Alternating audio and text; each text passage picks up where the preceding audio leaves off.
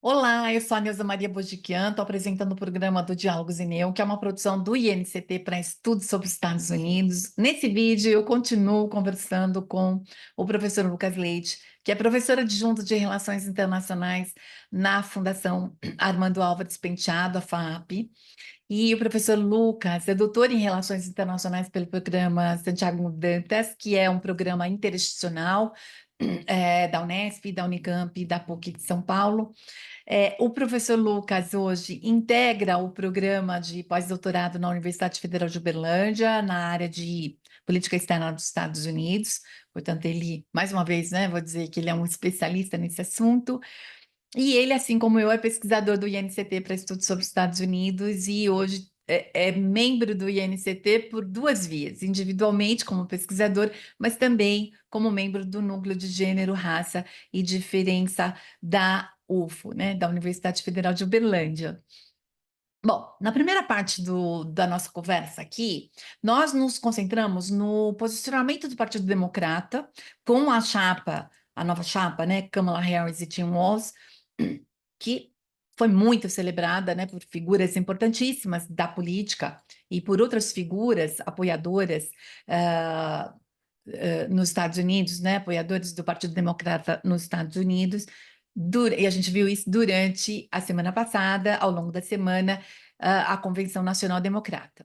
Bom, a convenção mostrou que a gente, assim, que a gente estava certo, né, tá indo assim, tá se orientando, né, pela ideia de que ela traz uma nova onda de entusiasmo dentro do partido, né? Então, acho que a convenção mostrou bastante isso. E o professor Lucas abordou tanto as mudanças imediatas trazidas pela chapa, né, Harris e Walz, eh, em termos de aumento das doações, né, dos recursos para se investir na campanha presidencial aí dessa chapa, para levar essa chapa à vitória, né? E também a mudança que trouxe em termos de integração, maior integração do Partido Democrata, que, como a gente sabe, é um partido que mostra fragmentação, mostra divisão, né, com uma ala mais progressista e uma ala mais conservadora, né, dentro do próprio partido. E toda a estratégia conservadora no sentido assim, que eles chamam de centro, né? Tá no centro do espectro político, né? Mas enfim, então, mostrando essa fragmentação, o professor Lucas tocou nesse assunto, né? E ele mostrou também toda a estratégia dos democratas para atrair os eleitores independentes. Bom, nesse vídeo de hoje, na continuação da nossa conversa, nós nos concentramos nas eleições legislativas agora. Então, não mais na Casa Branca, não mais na eleição presidencial, mas sim nas legislativas, ou seja, nas eleições para a renovação dos assentos da Câmara dos Deputados e do Senado. Eu falo um pouquinho, em termos conceituais, sobre os motivos que orientam a disputa dos dois partidos no Congresso e as suas tentativas de garantir vitórias simultâneas nas três frentes, podemos dizer assim, né? Nas três casas, então, na Casa Branca e nas duas casas do Congresso, ou seja, na Câmara e no Senado. E o professor Lucas, ele já faz uma abordagem mais de ordem prática, mais empírico, né, baseado no estudo empírico, números que ele levantou, né, e trouxe aqui para a gente. Então, ele discute os movimentos do Partido Democrata, em especial no Congresso, nesse ciclo eleitoral, mostrando aqui, trazendo reflexões interessantes, né, e fazendo a gente pensar junto com ele a respeito disso, né? Então, vamos ouvir o que ele nos traz nesse vídeo. Eu tenho certeza que vocês vão gostar. Fiquem aqui com a gente. Eu proponho, então, agora, pegando esse gancho seu aí, a gente falar um pouquinho das disputas no Congresso. Sim, porque a gente deve lembrar aqui aos nossos seguidores, né, a nossa audiência, de que todas as 435 cadeiras, né, assentos da Câmara dos Deputados lá, estarão em disputa. E como ocorre a cada 2 anos, né? Além disso, aproximadamente Um terço do Senado também vai entrar em disputa. Nesse caso, a gente está falando de 34 das 100 cadeiras, né? Agora que vão ser trocadas, né? Estão em disputa. As eleições para o Senado, elas acontecem a cada 6 anos, com um terço dos senadores eleitos a cada 2 anos. Então, essa é a regrinha, acho bom a gente lembrar disso para as pessoas entenderem um pouquinho a importância disso. E é claro que os dois partidos, eles têm estratégias para assegurar vitórias nessas duas casas legislativas, né? Porque você já mostrou para a gente, olha, tem muitas questões aqui em jogo e essas promessas todas elas são feitas e a estratégia é contando com a possibilidade de entregar resultado em relação a isso. Então, isso é crucial para o partido que busca controlar a Casa Branca, também controlar as casas legislativas, né? Por várias razões. A gente poderia aqui enumerar algumas, mas já de bate-pronto, capacidade de governar e aprovar as leis, né? Então, controlar a Câmara permite ao partido que está na presidência introduzir e aprovar as legislações que alinham com a sua agenda política, né? Então, a maioria na Câmara é essencial para aprovar essas leis. E, além disso, como você falou, tem a questão do orçamento.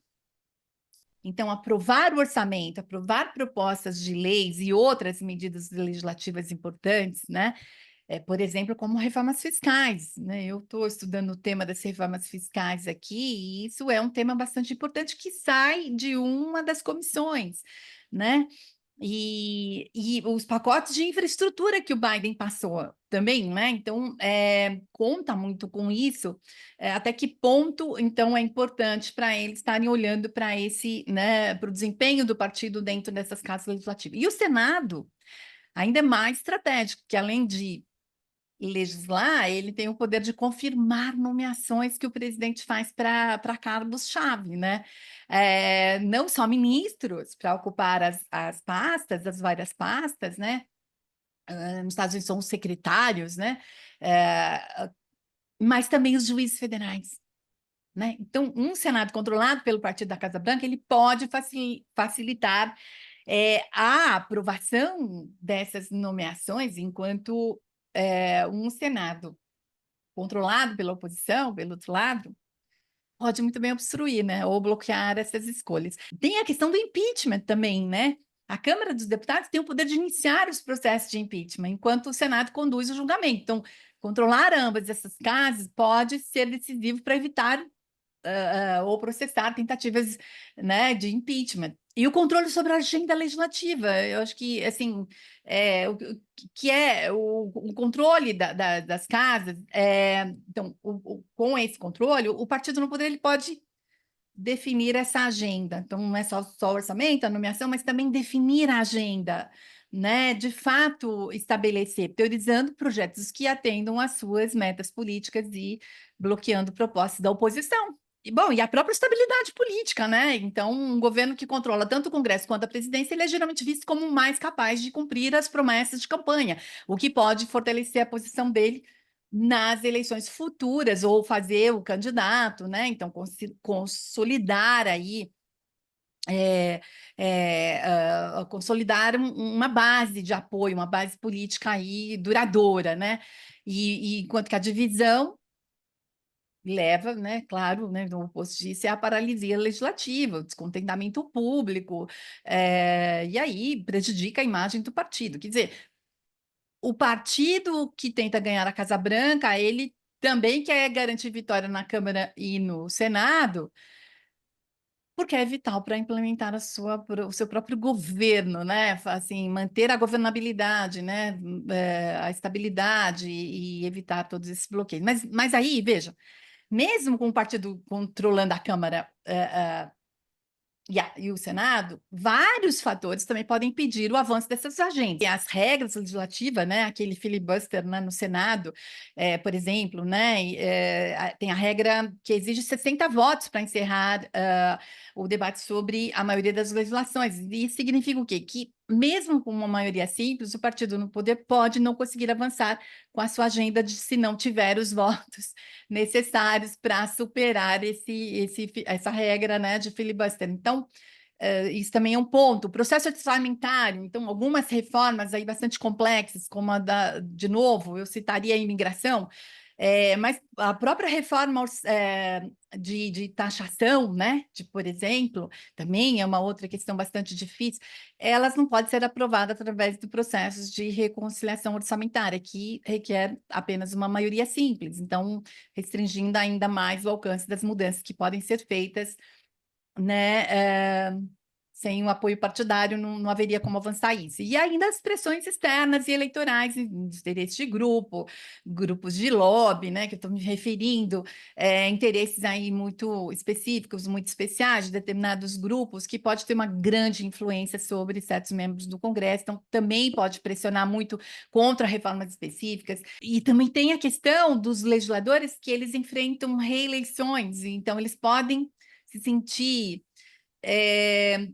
na dúvida, né, hesitar em apoiar reformas aí que, na percepção deles, ou ali dos seus estrategistas de campanha, pareçam controversas, né? Se acreditarem que isso poderia prejudicar as chances deles nas urnas, né, localmente, para entregar naquela região de onde eles vêm, onde está montado toda a base eleitoral dele, né? Então, isso pode fazer com que eles se afastem das posições do partido, evita, então, votar em questões polêmicas. E acho que tem também a questão da opinião pública, né?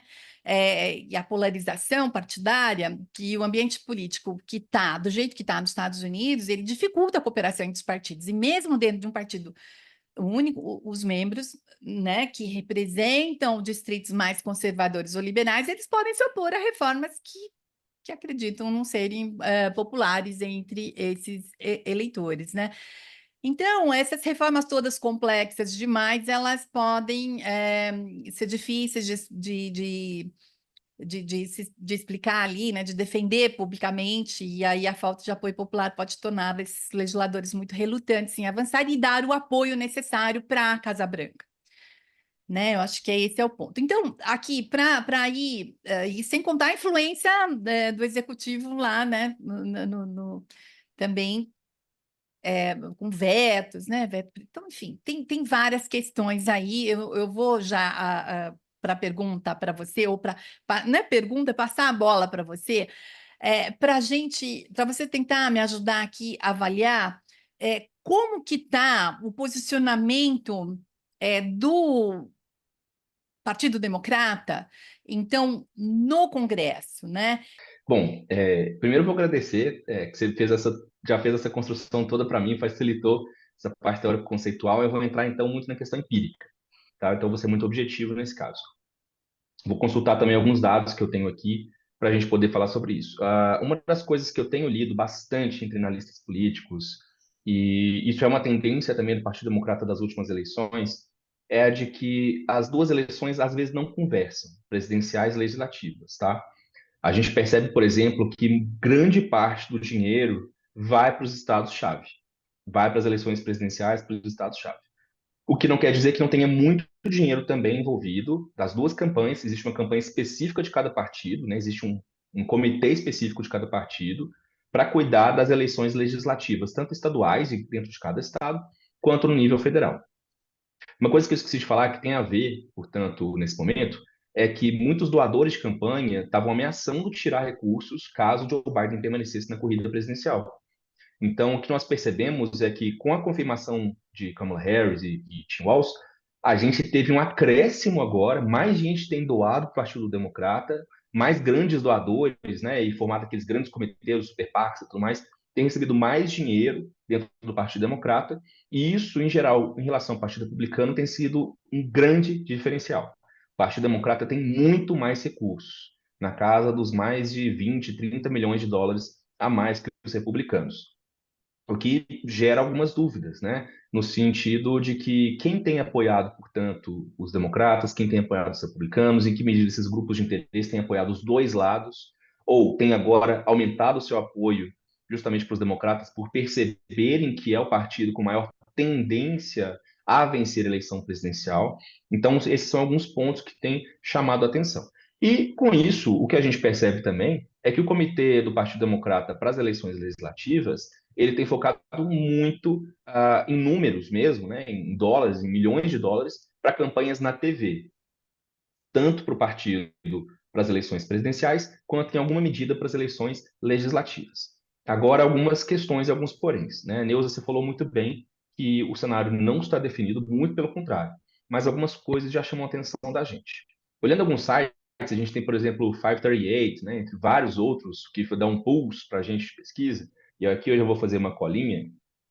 A gente percebe que, em geral, né, os democratas teriam uma tendência a ter mais ou menos fixo 226 delegados, enquanto os republicanos teriam já mais ou menos fixos, ou seja, aqueles que são quase certeza, mas os que têm uma tendência, os republicanos teriam 235. Precisa de 270, né, para poder ter maioria, por exemplo, na Câmara dos Representantes, então, em parte desse Congresso. O que a gente percebe?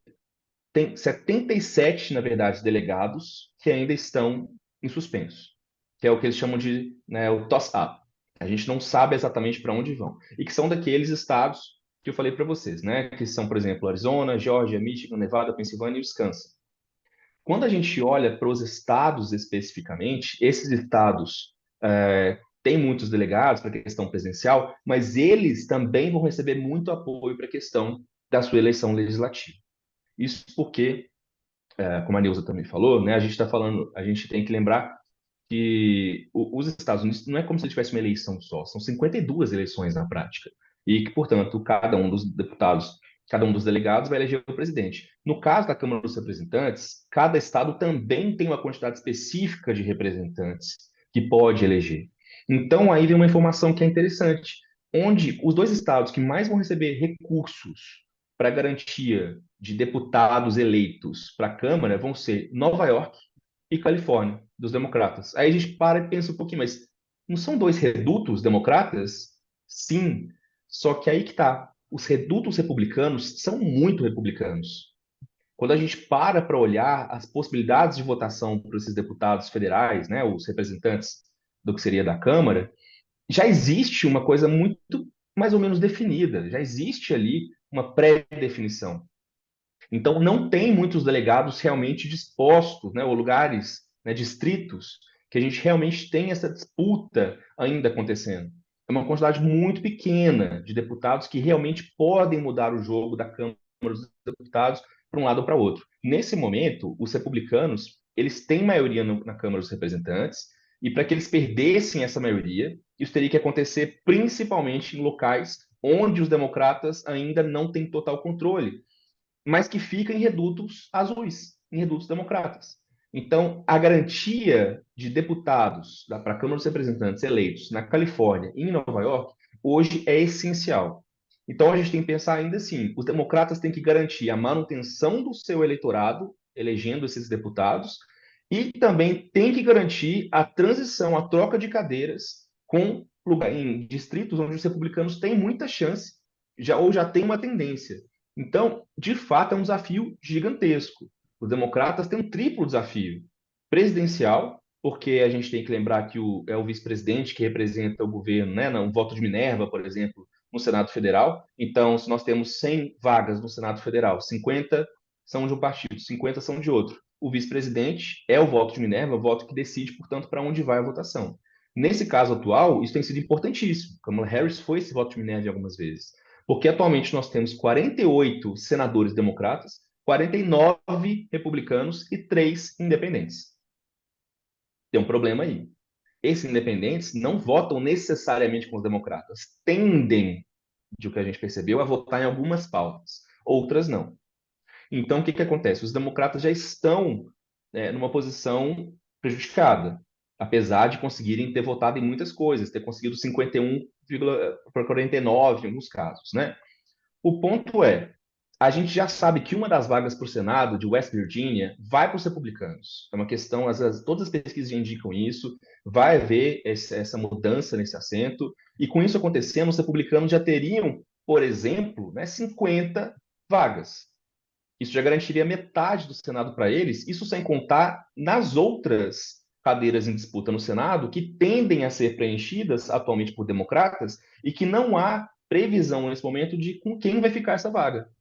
Então, o jogo está muito aberto. E a margem de mudança, tanto na Câmara quanto no Senado, é muito pequena.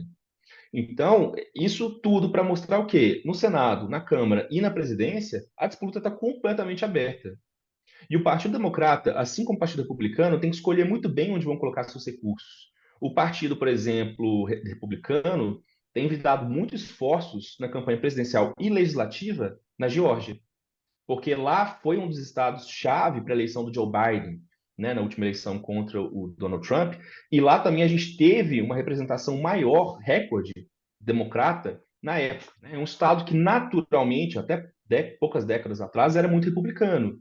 Hoje, com o aumento da população vivendo em cidades, com a população se engajando, né, de minorias principalmente, isso tem mudado o cenário. E aí a Neuza falou um ponto que é importantíssimo também. Esses partidos são muito fracionados. Só que o Partido Democrata é mais fracionado, ou seja, mais dividido internamente do que o republicano nesse momento. O Partido Republicano ele conseguiu, ou por interesse, né, por pragmatismo, a gente não sabe exatamente, tem uma pesquisa boa para fazer aí, se uniu a Trump. O trumpismo venceu. Ele é a categoria hoje, ele é esse grupo dentro do Partido Republicano que detém o controle basicamente do partido. Então é ele que dita as regras. Enquanto no Partido Democrata, especialmente até o momento em que Joe Biden ainda era candidato, essas divisões ainda estavam muito fortes. Nancy Pelosi apontando para um lado, os Obama apontando para outro, os Clinton chamando para uma outra questão, o próprio Joe Biden, a Kamala Harris, enfim, é muita gente sem saber até aquele ponto o que fazer, né? Como que a gente organizaria o partido. Com a indicação de Kamala Harris, o partido ganhou novo fôlego. O partido se unificou novamente nessa pauta. O porém não necessariamente isso acontece em questões legislativas.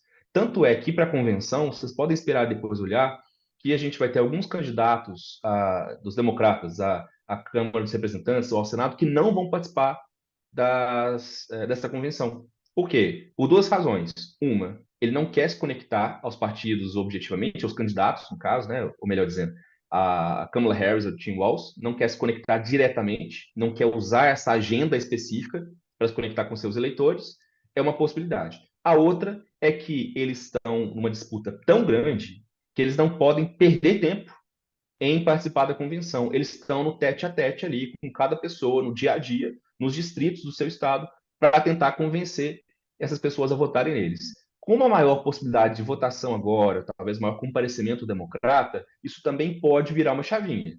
Isso pode significar maior propensão também a uma possibilidade de maior votação no legislativo para os democratas.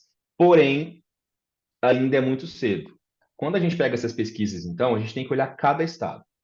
Existe uma tendência presidencial, de uma certa forma, para cada um desses estados, especialmente estados-chave.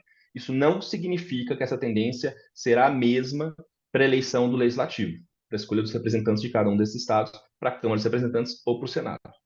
Ou seja, mesmo que o Partido Democrata conseguisse, junto, né, eleger, por exemplo, Kamala Harris, e junto chamar mais deputados, chamar mais senadores, isso também não significa, como a Nilza disse, que nós teríamos uma aprovação total, fácil, no Congresso, para as pautas mais importantes, que têm a ver com questões financeiras, né, taxas, impostos, etc., crédito, tem a ver com questões do plano internacional, que é o apoio ou não a enviar mais recursos, por exemplo, para a Ucrânia ou para Israel, ou fazer uma pressão maior em relação a Israel. Isso também é uma pauta muito dividida nos Estados Unidos e que mostra que os democratas ainda têm muitos elementos, muito mais de dissonância interna do que realmente de concordância.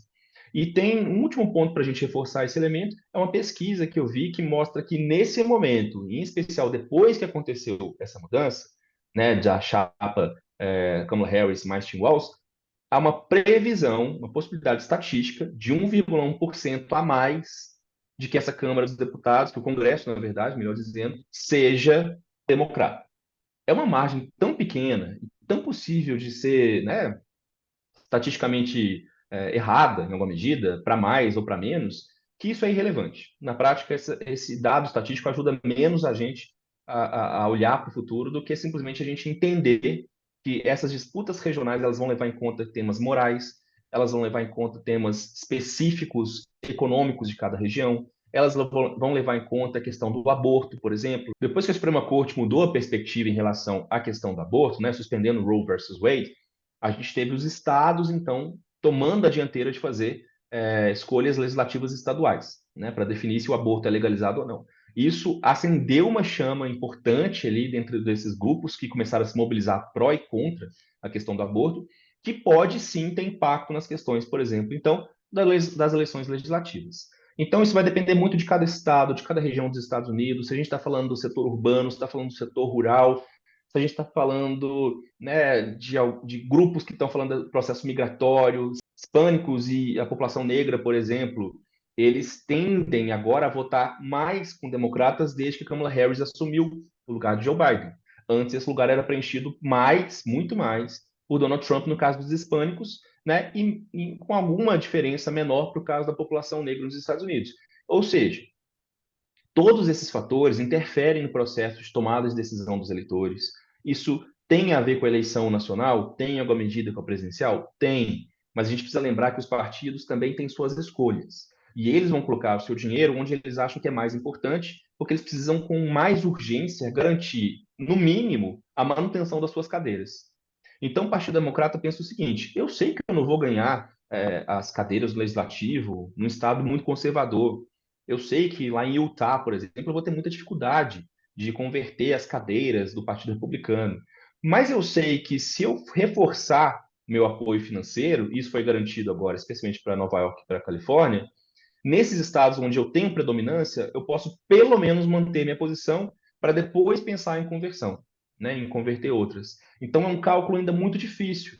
Para onde, como vai ser a sua estratégia, onde você vai colocar os recursos efetivamente, e isso gera problemas justamente dentro, principalmente do Partido Democrata, porque muitos desses candidatos vão se sentir também preteridos em relação a outros. Né? Isso gera justamente aqueles grupos, aqueles nichos que vão falar, mas a gente aqui no meio oeste não é prejudicado, né? Por quê? Porque o Partido Democrata sabe que ali não é o lugar dele, não é o nicho eleitoral dele, né? Então esse também é um tema para a gente ficar de olho nessas eleições legislativas. Eu concordo com essa margem muito pequena, né? Também dei uma olhada, e atualmente os democratas têm assim, uma leve, né, vantagem aí, e isso daí em algumas pesquisas genéricas, né, para o Congresso, mas o resultado final ainda está muito incerto, né, especialmente devido a essa série de fatores, né, que também a gente poderia apontar, né, um redistritamento, né, desafios de arrecadação de fundos para ambos os partidos. Então, tem que concentrar onde eu vou gastar os fundos que eu tenho, né, que tenha uma análise aí de custo-benefício que tem que ser bastante apurada, né, e enfim.